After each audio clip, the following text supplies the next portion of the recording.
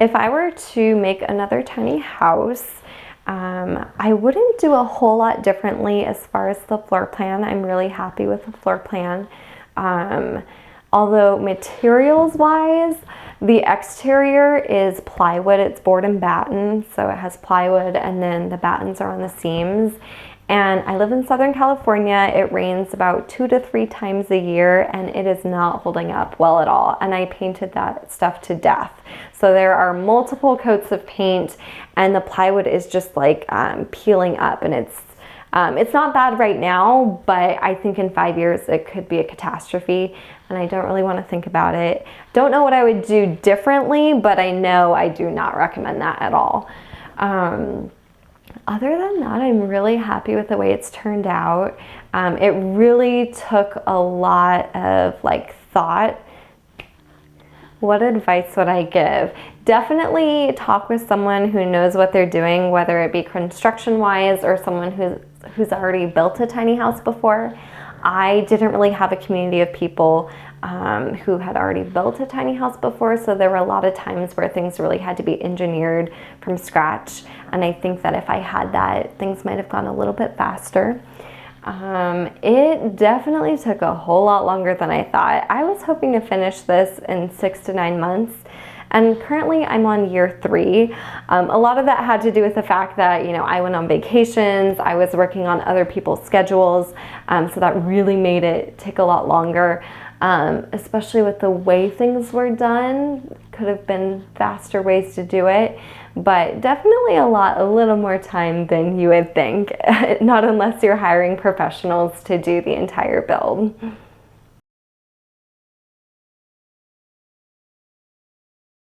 So my budget was $10,000 to $15,000. I was really hoping not to go over $15,000, but I knew full well that there was a possibility that it would. I started purchasing materials and they were a whole lot cheaper than I thought. I assumed that I would have to get most of my windows brand new, my flooring brand new, all of the siding brand new, but those were actually some of the most inexpensive things because I was able to get them off of Craigslist or other sites where I could get them used. For example, the flooring, the windows, what else?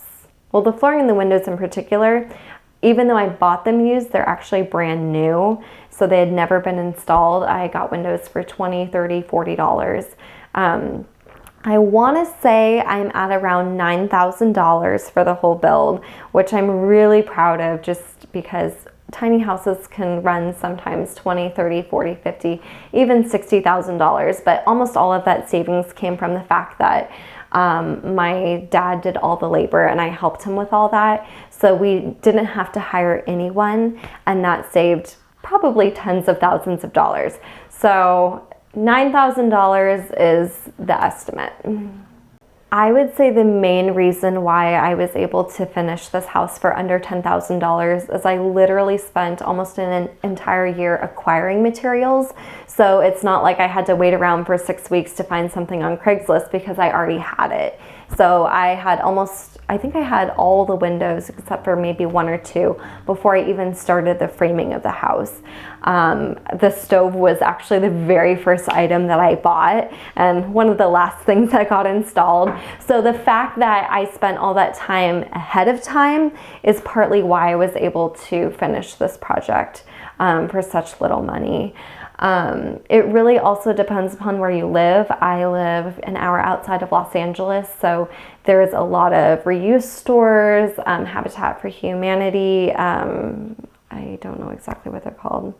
Restore stores. Yeah, Restore stores, Craigslist, and again, I was on Craigslist every single day, literally for 365 days. And I knew exactly what I was looking for. I knew the quantity that I needed. I knew I needed, 150 square feet of flooring. I knew the linear feet of siding, of just everything. I knew the size of windows I needed. So there was a lot of planning that went involved before I even used a hammer for the first time. It would have been double or triple if I wouldn't have done that, because I wouldn't have been able to get windows for literally 90% off. I wouldn't have been able to get my flooring for $1 a square foot, things like that.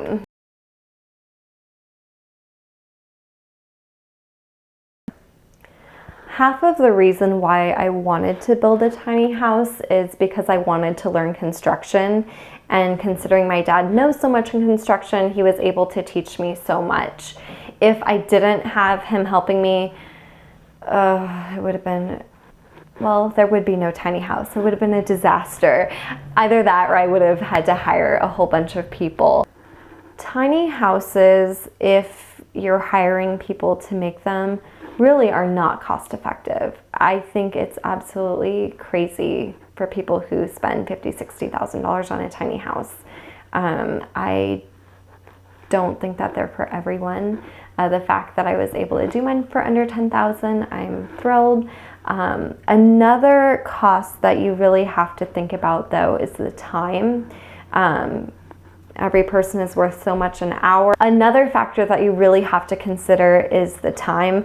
Most people will not take 3 years to build a tiny house like I did, but that was 3 years of, entire summers working on the tiny house, 3 years of, after work, I would come out and work for a couple of hours, and that's time that could have been spent working, making money. So you really have to weigh whether it's more cost effective to hire someone or whether it makes more sense to do it yourself. And that will be different for every person.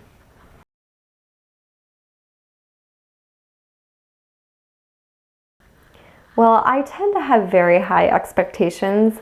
I never really expect my expectations to be met, and I can honestly say that it's exceeded my expectations. I am really thrilled with the way it's turned out.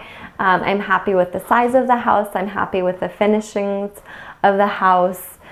I don't know that I would do it again though. Well, I know I wouldn't do it again, but I wouldn't build a second tiny house. Oh my gosh, no. But if I had to rewind 3 years back, would I do it? Knowing what you know now. Knowing what I know now. Wow. I'm not really sure. It was a lot of work, but I'm thrilled with the way it's turned out, and hopefully it won't disintegrate too fast. I guess it's like that old saying, it's not so much about the destination as it is the journey to get there. Exactly, and I learned so much, so it's not just about the finished product, it's about what I learned along the way. So yeah, I would do it again.